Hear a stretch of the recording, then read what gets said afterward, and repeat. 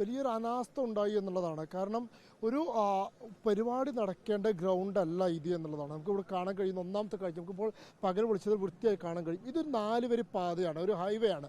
ഈറോട്ടിൽ നിന്നും ഇല്ലെങ്കിൽ കരൂരിൽ നിന്നും ഈറോട്ടിലേക്ക് പോകുന്ന ഒരു പ്രധാന പാതയാണ് 4 വരി പാത. ഈ 4 വരി പാതയാണ്, ഇല്ലെങ്കിൽ ഈ റോഡിനെയാണ് യഥാർത്ഥത്തിൽ ഇവിടെ ഒരു പരിപാടിയുടെ സ്ഥലമായി ഗ്രൗണ്ടായി ഉപയോഗിച്ചത്. അതുകൊണ്ട് തന്നെ ഈ ഇടുങ്ങിയ പ്രദേശത്താണ് ഈ 10,000-കണക്കിന് മനുഷ്യർ തടിച്ചുകൂടുന്ന സാഹചര്യം ഉണ്ടായത്.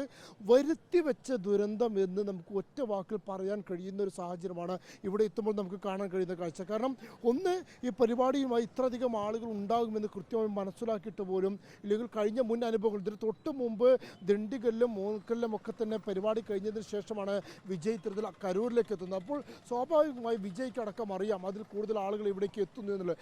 അത്തരം ഒരു സ്ഥലത്തിന് പറ്റിയ ഇടത്തല്ല ഈ പരിപാടി നടത്തിയത് കൊണ്ട് അത് വലിയൊരു ദുരന്തത്തിലേക്ക് വഴിവെക്കുന്ന സാഹചര്യം ഉണ്ടായിരുന്നു. രണ്ടാമത്തെ സിസ്റ്റമാണ്, ഇതിന് അനുമതി നൽകിയ സിസ്റ്റം. 10,000 ആളുകൾ മാത്രമേ പങ്കെടുക്കൂ എന്ന് പറഞ്ഞ് ഒരു പാർട്ടി ഒരു അനുമതി തേടുമ്പോൾ ആ അനുമതി നൽകി അതിന് മതിയായ സുരക്ഷാ സംവിധാനങ്ങൾ ഒരുക്കാത്ത സിസ്റ്റമാണ് ഇതിൽ രണ്ടാമത്തെ പരാജയത്തിന് കാരണം. അത് ബാക്കിയായ പരാജയത്തിൻ്റെ ആ ദുരന്തത്തിൻ്റെ ബാക്കി ചിത്രമാണ് നമ്മളിവിടെ കാണുന്ന നൂറുകണക്കിന് ആയിരക്കണക്കിന് മനുഷ്യരുടെ ചെരുപ്പുകൾ. ഇതിങ്ങനെ ഏകദേശം 1 കിലോമീറ്റർ ദൂരത്തിലധികം ഈ റോഡ് മുഴുവൻ ഇത്തരത്തിൽ ആയിരക്കണക്കിന് ചെരുപ്പുകൾ കൊണ്ട് നിറഞ്ഞിരിക്കുന്ന കാഴ്ച. അത്രയധികം മനുഷ്യർ ഇവിടെ നിന്നും ജീവനം കൊണ്ട് ഓടിയതിൻ്റെ 40 പേരുടെ ജീവനാണ് പൊലിഞ്ഞതെങ്കിൽ അതിന് പക്ഷേ അതിനേക്കാൾ കൂടുതൽ ജീവൻ പൊലിയാൻ സാഹചര്യം ഉണ്ടായിരുന്നു എന്നതാണ്. ഇവിടുത്തെ കെട്ടിടങ്ങളും മരക്കൊമ്പുകളും അടക്കം തകർന്നു വീഴുന്ന ഒരു സാഹചര്യം അടക്കമുണ്ട്. അത്രയും ഭീമാകരമായൊരു സാഹചര്യത്തിലേക്ക് ഈ ദുരന്തം എത്തിയിരുന്നു എന്നുള്ളതാണ്. ഇവിടെ നമ്മൾ നേരത്തെ സംസാരിച്ച ഒരമ്മ നമ്മളോട് തന്നെ പറയുന്നത്, ഗായത്രി എന്ന് പറയുന്ന 20 വയസ്സുകാരി, അവർ 10-12 കിലോമീറ്റർ അപ്പുറത്ത് നിന്നാണ് ഈ പറയുന്ന വിജയെ കാണാൻ, വ്യക്തിപരമായി വിജയുടെ രാഷ്ട്രീയ നേതാവായിട്ടുള്ള വിജയ് എന്നതിനപ്പുറത്തേക്ക് സിനിമാ താരം കൂടിയായിട്ടുള്ള പ്രിയപ്പെട്ടവരായിട്ടുള്ള വിജയെ കാണാൻ വേണ്ടി വരുന്നത്. അങ്ങനെ വരുന്ന ഘട്ടത്തിലാണ് പിന്നീട് ഈ അപകടത്തിൽപ്പെടുകയും ഇപ്പോൾ ആശുപത്രിയിൽ തീവ്ര പരിചരണ വിഭാഗത്തിൽ ചികിത്സയിൽ കഴിയുകയും ചെയ്തത്. അങ്ങനത്തെ 100 കണക്കിന് മനുഷ്യരാണ് ഇന്നിവിടെ ദുരന്തത്തിൽപ്പെട്ടത്. അതിൽ ഒന്നാമത്തെ കാരണം ഈ തിങ്ങി നിറഞ്ഞ ആൾക്കൂട്ടത്തിനിടയിലേക്കാണ് പിന്നീട് വിജയുടെ വാഹനം കടന്നു വരുന്നത്. ആ വാഹനത്തിന് കടന്നു വരാനുള്ള സ്ഥലം പോലും ഇവിടെ ഉണ്ടായിരുന്നില്ല എന്നതാണ് യാഥാർത്ഥ്യം. അത് വന്നതോടുകൂടി തന്നെ 2 ഭാഗത്തും ഉണ്ടായിരുന്ന ആളുകൾ തിക്കിനും തിരക്കിലും പെട്ട് ഞെക്കി ഞെരുങ്ങുന്ന അവസ്ഥയിലേക്ക് പോയി പലർക്കും ശ്വാസം പോലും എടുക്കാൻ കഴിയാത്ത അവസ്ഥയിലേക്ക് കാര്യങ്ങൾ എത്തി എന്നുള്ളതാണ്. അതാണ് പിന്നീട് വലിയൊരു ദുരന്തത്തിലേക്ക് കലാശിച്ചത്. അതുകൊണ്ടാണ് റോഷ്നി നേരത്തെ സൂചിപ്പിച്ചതുപോലെ, ഒന്ന് TVK എന്ന് പറയുന്ന വിജയുടെ പാർട്ടിയുടെ വിജയുടെ ഗുരുതരമായ വീഴ്ചയും അനാസ്ഥ, രണ്ടാമത്തേത് അത് കൃത്യമായി ഇടപെടേണ്ടിയിരുന്ന സിസ്റ്റത്തിൻ്റെ, ഭരണകൂടത്തിൻ്റെ, പോലീസിൻ്റെ വീഴ്ച. ഈ 2 വീഴ്ചകളുടെയും കൂടി ആന്തരികമായിട്ടുള്ള ഫലമാണ് യഥാർത്ഥത്തിൽ 39 മനുഷ്യരുടെ ജീവൻ പൊലിയുന്നതിലേക്ക് കാരണമായത്. അത് ഈ കാണുന്ന കെട്ടിടത്തിൻ്റെ ഒക്കെ മുകളിൽ, ഈ കാണുന്ന ഇവിടെയുള്ള പരിസരങ്ങളുണ്ടായിരുന്ന എല്ലാ കെട്ടിടത്തിൻ്റെ മുകളിലും, ആസ്പെറ്റോസ് മേഞ്ഞ കെട്ടിടത്തിൻ്റെ മുകളിലും അടക്കം ഇന്നലെ ആളുകൾ കയറി നിൽക്കുന്ന ഒരു സാഹചര്യമാണ് ഉണ്ടായത്. അതുകൊണ്ട് തന്നെ ആ ആളുകളൊക്കെ തന്നെ പലരും പിന്നീട് തിക്കിനും തിരക്കിൽപ്പെട്ട് താഴേക്ക് വീഴുന്നു. വീണ് കിടക്കുന്ന മനുഷ്യരുടെ മുകളിലേക്ക് വീണ്ടും ആളുകൾക്ക് മറിഞ്ഞു വീഴുന്ന ഒരു സാഹചര്യം ഉണ്ടായത്. 12 മണിക്ക് വിജയ് എത്തുമെന്നാണ് ഇന്നലെ ഇവിടെ സംഘാടകർ അറിയിച്ചിരുന്നത്. അതുകൊണ്ട് തന്നെ രാവിലെ 10 മണിക്കും 11 മണിക്കുമൊക്കെ തന്നെ ഇവിടേക്ക് പ്രവർത്തകർ ഒഴുകിയെത്തുന്ന സാഹചര്യം ഉണ്ടായിരുന്നു. ആ മനുഷ്യരൊന്നും തന്നെ ഇന്നലെ വൈകുന്നേരം 7 മണിക്ക് വിജയ് എത്തുന്നത് വരെ ഒരു തുള്ളി വെള്ളം പോലും കുടിക്കാതെ, ഭക്ഷണം പോലും കഴിക്കാതെ അവശരായി നിൽക്കുന്ന സാഹചര്യമാണ്. അതിനുശേഷം ഈ തിക്കും തിരക്കും വന്നതോടുകൂടി തന്നെ ഇവരെ എല്ലാം നിയന്ത്രണം നഷ്ടപ്പെടുകയും പലർക്കും ബോധം കെട്ട് വീഴുന്ന അവസ്ഥയുണ്ടായി. വിജയ് പ്രസംഗിച്ചു കൊണ്ടിരിക്കുമ്പോൾ തന്നെ ബോധം കെട്ട് വീഴുന്ന മനുഷ്യർക്ക് ആംബുലൻസുകൾ വന്ന് എടുത്തുകൊണ്ട് പോകുന്നതിൻ്റെ ദൃശ്യങ്ങളടക്കം പുറത്തു വരുന്ന കാഴ്ച നമ്മൾ കണ്ടതാണ്. അത്തരമൊരു സാഹചര്യത്തിലാണ് പിന്നീട് അതൊരു വലിയൊരു ദുരന്തത്തിലേക്ക് കലാശിക്കുന്ന ഒരു സാഹചര്യം ഉണ്ടായത്. ആ ദുരന്തത്തിലേക്ക് പിന്നീട് പോലീസിന് പോലും ഒന്നും ചെയ്യാൻ കഴിയാത്ത സാഹചര്യം ഉണ്ടായി. പോലീസ് ലാത്തി ചാർജ് വീശി, ആ ലാത്തി ചാർജ് വീശിയത് വലിയ പ്രശ്നമായി. അതിനുള്ളിലുണ്ടായ റോസ്റ്റ് ഒരു സംഭവം ഇവിടുത്തെ നാട്ടുകാർ സൂചിപ്പിച്ച സംഭവമാണ്. ഇവിടുത്തെ പവർ കട്ടുണ്ടായി, കറണ്ട് നഷ്ടപ്പെടുകയും അതുപോലെ തന്നെ വിജയ് പ്രസംഗിച്ചുകൊണ്ടിരിക്കുമ്പോൾ സ്ഥാപിച്ചത് സ്പീക്കറുകൾക്ക് തകരാർ സംഭവിക്കുകയും ചെയ്തു. ആ തകരാർ സംഭവിക്കുകയും ചെയ്തതോടെ ഈ വിജയെ കേൾക്കാൻ കഴിയാത്ത മനുഷ്യരടക്കം ഈ വിജയുടെ അടുക്കിലേക്ക് കയറി വരാൻ ശ്രമിച്ചതും വലിയ ദുരന്തത്തെ കലാശിച്ചു. ഇപ്പോൾ ഇന്നലെ ഇവിടെ ഉണ്ടായിരുന്ന ആളുകളൊക്കെ തന്നെ സ്ത്രീകളടക്കമുള്ളവരുണ്ട്. அண்ணே ஆமாம், இந்த பக்கம் இருந்திருக்கா இந்த தினசு நடக்கும்போது என்று நடந்து இங்கே மேலே இருந்தோம், வேடிக்கை பார்த்துட்டு இருந்தோம். இந்த கட்டத்தில் பெருவாடி பார்த்துட்டு இருக்கா? பார்த்துக்கிட்டு இருந்தோம். நாங்கள் ஒரு 10-20 பேர் நின்று மேலே பார்த்துக்கிட்டு இருந்தோம். எல்லாம் பசங்க பிள்ளைங்க இதில் எல்லாம் ஆடிச்சுங்க, தண்ணி போட்டு நல்லா ஆட்டம் பாட்டம் ஆடிட்டு இருக்கிறப்ப அவர் விஜய் வந்தார். விஜய் வந்து இந்த இடத்துல பேசினார். பேசங்காட்டி அங்கெல்லாம் போலீஸ்காரங்க விரட்டங்காட்டி இந்த பக்கம் போய் வீட்டு மேலே ஏற ஆரம்பிச்சிட்டாங்க. கூரை மேலே, வீட்டு மேலே ஏறங்காட்டி தான் மேலே இருந்து கீழே விழுந்துட்டானுங்க. கீழே விழுந்ததில் கீழே விழுந்ததில் அவனுக்கு என்னன்னு தெரியல, மயக்கம் வந்துருச்சுன்னு அவர் தண்ணி எடுத்து விசிறினார். விஜய் விசிறினு கொடுத்தாங்க. கொடுக்குங்காட்டி அவர் வண்டி புறப்பட்டுருச்சு. என்ன அந்த அப்போயே நிகழ்ச்சி நடந்திருக்கு, அவர் பார்த்துருக்குறாரு, நிற்கலை, போயிட்டார். வேணா இவங்க இந்த இடத்துல அப்போவே கூட்டிகிட்டு போயிட்டாங்க ஆம்புலன்ஸில்.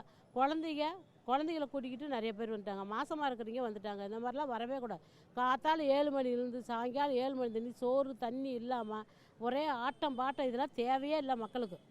மக்கள் பண்ணுறது அதை விட ரசிகர் கூட்டம் ஒரு அளவாக இருக்கணும் எதுவுமே.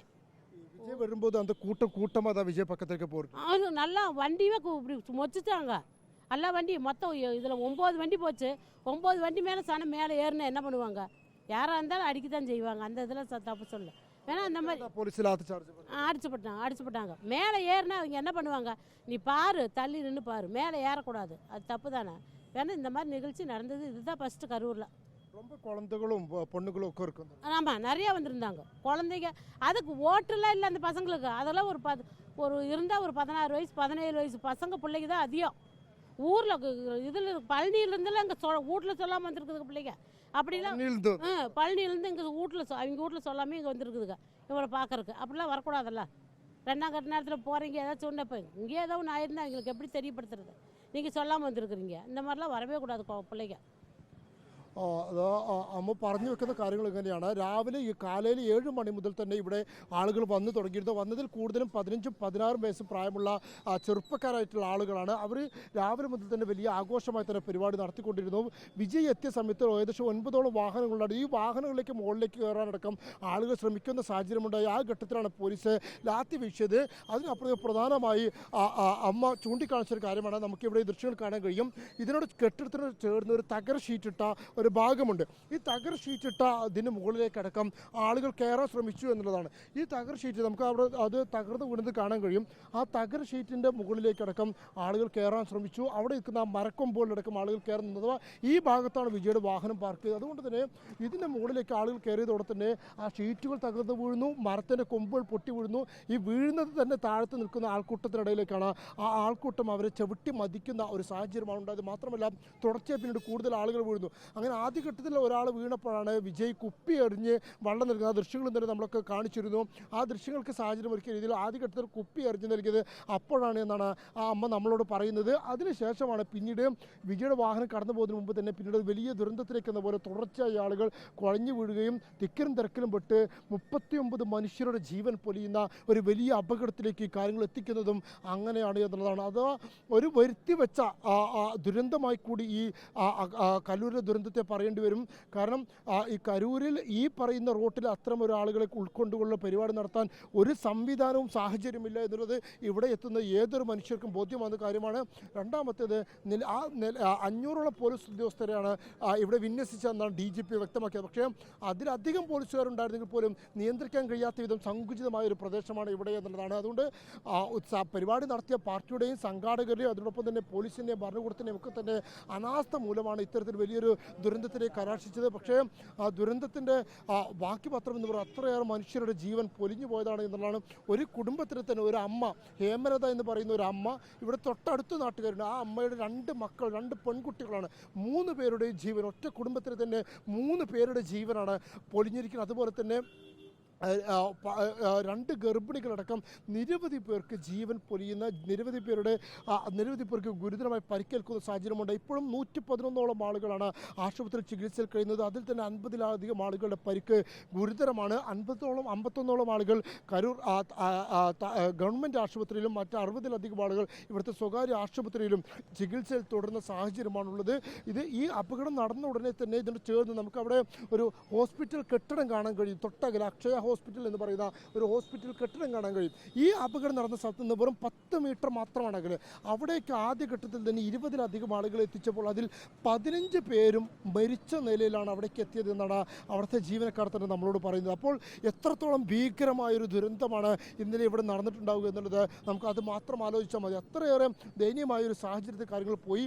ഒരു മല പോലെ ഇവിടെ കിടക്കുന്ന ഈ ചെരുപ്പുകളൊക്കെ തന്നെ, അതുപോലെ തന്നെ അവരുടെ TV-യുടെ കൊടികളും അവിടെ കുടിക്കാൻ കൊണ്ടുവന്ന വെള്ളത്തിൻ്റെ ബോട്ടിൽ ഹോട്ടലുകളും എല്ലാം തന്നെ നമുക്കിവിടെ ദൃശ്യങ്ങളിൽ കാണാൻ കഴിയും. ഇതൊക്കെ തന്നെ ആ ദുരന്തത്തിൻ്റെ വ്യാപ്തി വിളിച്ചറിയിക്കുന്നത്.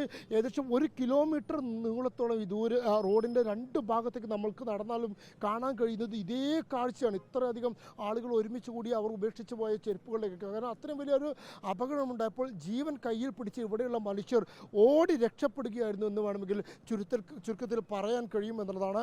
എന്തായാലും സംഭവത്തിൽ ഇപ്പോൾ ജുഡീഷ്യൽ കമ്മീഷനെ വെച്ച് അന്വേഷിക്കുമെന്നാണ് മുഖ്യമന്ത്രി വ്യക്തമാക്കിയിരിക്കുന്നത്. അതിനെ ജുഡീഷ്യൽ കമ്മീഷനെ ചുമതലപ്പെടുത്തുകയും ചെയ്തിരിക്കുന്ന ഒരു ഏകാംഗ ജുഡീഷ്യൽ കമ്മീഷനാണ് കേസ് അന്വേഷിക്കുക. മാത്രമല്ല ഇപ്പോൾ വിജയിയെ അറസ്റ്റ് ചെയ്യണമെന്ന് ആവശ്യപ്പെട്ടുകൊണ്ട് വലിയ തോതിലുള്ള പ്രചാരണം ഒരു ഭാഗത്ത് നടക്കുന്നു. അതേസമയം തന്നെ മനഃപൂർവ്വം വിജയിയെ വേട്ടയാടാനുള്ള ശ്രമമാണ് എന്നുള്ള ആരോപണമാണ് ടി വിക്ക് ഉന്നയിക്കുന്നത്. കൃത്യമായ സുരക്ഷാ സംവിധാനം പോലീസ് ഒരുക്കില്ല എന്നുള്ള ആരോപണം ടി വിക്ക് ഉന്നയിക്കുന്നു. അങ്ങനെ വിഷയത്തിൽ ഒരു രാഷ്ട്രീയമായ ഏറ്റുമുട്ടൽ കൂടി ഉപയോഗിക്കുന്ന ഒരു സാഹചര്യം കൂടി ഉണ്ട്.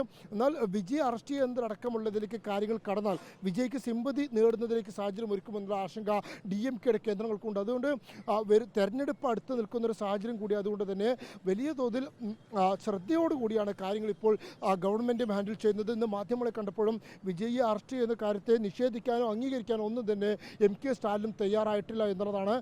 സമാനമായ രീതിയിൽ തന്നെ കൂടുതൽ പ്രതികരണങ്ങൾക്ക് DMK നേതാക്കൾ തയ്യാറാകത്തും. അഥവാ ദുരന്തത്തിലെ നടുക്കം രേഖപ്പെടുത്തുന്നതിനപ്പുറത്തേക്ക് വിജയുടെ പേരെടുത്ത് പറഞ്ഞുകൊണ്ടുള്ള പ്രതികരണങ്ങളിലേക്ക് പല DMK നേതാക്കളും കടക്കാത്തതും അത്തരമൊരു സാഹചര്യത്തിലാണ്. നേരത്തെ തന്നെ വിജയുടെ പേര് പറഞ്ഞു പോലും വിജയ്ക്ക് പ്രചാരണം കൊടുക്കരുത് എന്നുള്ളതായിരുന്നു DMK നേതൃത്വം നൽകിയിരുന്ന നിർദ്ദേശം. അതുകൊണ്ട് അത്തരമൊരു രാഷ്ട്രീയ സാഹചര്യം കൂടി കൂടിക്കലർന്ന അവസ്ഥയാണ് നിലവിൽ തമിഴ്നാട്ടിലുള്ളത്. ഈ ദുരന്തവും രാഷ്ട്രീയമൊക്കെ തന്നെ കൂടിക്കലർന്നു നിലനിൽക്കുന്നു എന്നുള്ളതാണ്. എന്തായാലും വലിയ തോതിൽ ആശങ്കകൾ തന്നെയാണ് ഇപ്പോൾ നിലനിൽക്കുന്നത്. ആശങ്കയിൽ കഴിയുന്ന നിരവധി മനുഷ്യരുണ്ട്. അവരുടെയൊക്കെ ജീവിതത്തിൽ പലരുടെ ജീവൻ പോലും ഇപ്പോഴും ആശങ്കപ്പെടുത്തുന്ന സാഹചര്യത്തിൽ തന്നെയാണ് തിരിയുന്നത്. 39 ജീവൻ പൊളിഞ്ഞതിൽ 38 പേരുടെയും മൃതദേഹം നിങ്ങൾ തിരിച്ചറിഞ്ഞിട്ടുണ്ട്. ഒരു സ്ത്രീയുടെ മൃതദേഹം മാത്രമാണ് ഇനി തിരിച്ചറിയാൻ ബാക്കിയുള്ളത്. അതിനുവേണ്ടിയുള്ള അന്വേഷണമാണ് ഇപ്പോൾ ജില്ലാ ഭരണകൂടം നടത്തിക്കൊണ്ടിരിക്കുന്നത്.